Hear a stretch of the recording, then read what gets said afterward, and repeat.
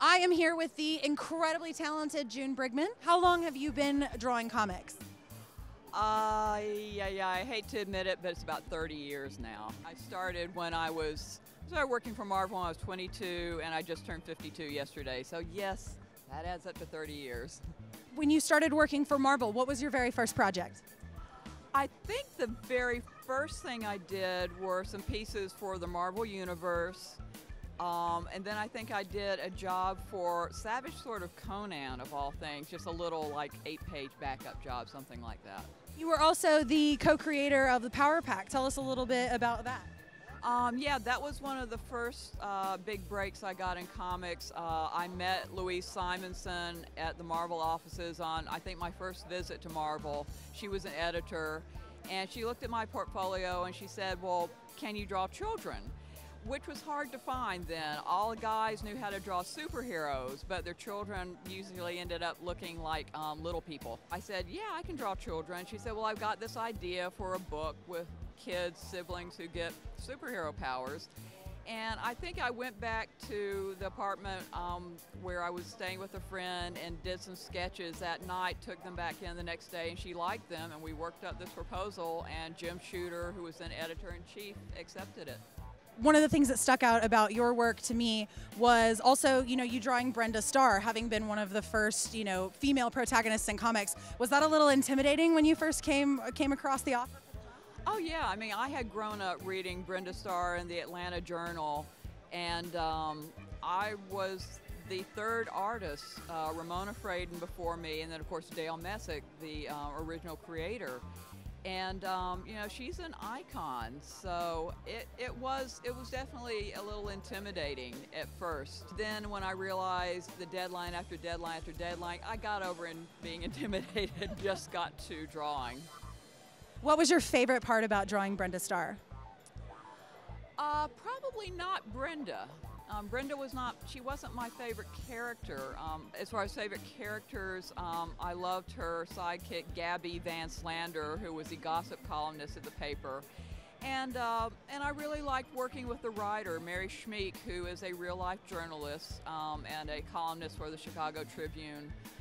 She was really wonderful to work with and made the whole process, go along very smoothly. So you are also the professor of sequential art at the Savannah Institute of Art and Design. What are you teaching the newer generations of comic book creators, and how does that feel to do that on a day-to-day basis? Well, I teach there part-time, usually 2 days a week. And what I teach is really the basics of comics. I usually teach drawing for sequential art, and it covers figure drawing, composition, and storytelling, just giving them a really good, strong foundation in drawing skills, because you have to have very, very strong drawing skills if you want to work in comics. They teach me a lot too. I always ask them to bring in books by creators they like to kind of keep me up to date with what's going on. There are some artists that really stand out, some new artists, well actually not that new, but like I love Sean Murphy, who's also, by the way, a graduate of the Savannah College of Art and Design. Every now and then somebody like that will come along that it just blows me away. One thing I really love that I see now is a lot of young women coming into comics. I probably teach, my classes are probably at least 50% young women now, and I think that's in large part because of the manga influence. I think a lot of girls are reading comics now who would have never been interested otherwise because of manga. What advice can you give them, or what guidance can you give them to help them get their foot in the door or make a living doing this? Same advice I would give to anyone, guy or girl. I would just say stay focused. Stay focused. Step away from Facebook. Stop tweeting, put down the game, and I think that's one of the hardest things. There are a lot more distractions now than back in the day when I was starting.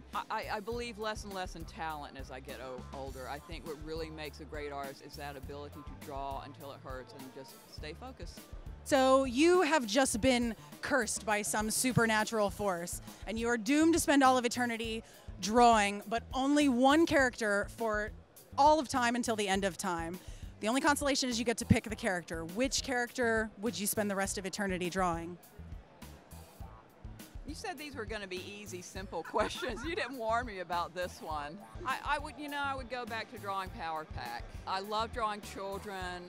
They're just so much more free in their body language, and they can express and say things that maybe an adult wouldn't. And just visually, I thought the powers, the way they looked, were really interesting. So I think I could probably be happy drawing that the rest of my life. Thank you so much for your time. And if you haven't checked out any of June's artwork, you absolutely should. She is incredible. Best idea, I did a dark-haired Alice in Wonderland, and she wanted to be playing a violin surrounded by all different animals on top of these giant mushrooms, and it's one of my favorites that I've done so far. If you're out and about in your comic book shop shopping for a friend who's really big into superhero comics, or you just want to pick up a little guilty pleasure for yourself, invest your brain space into Invincible. It's such a good book.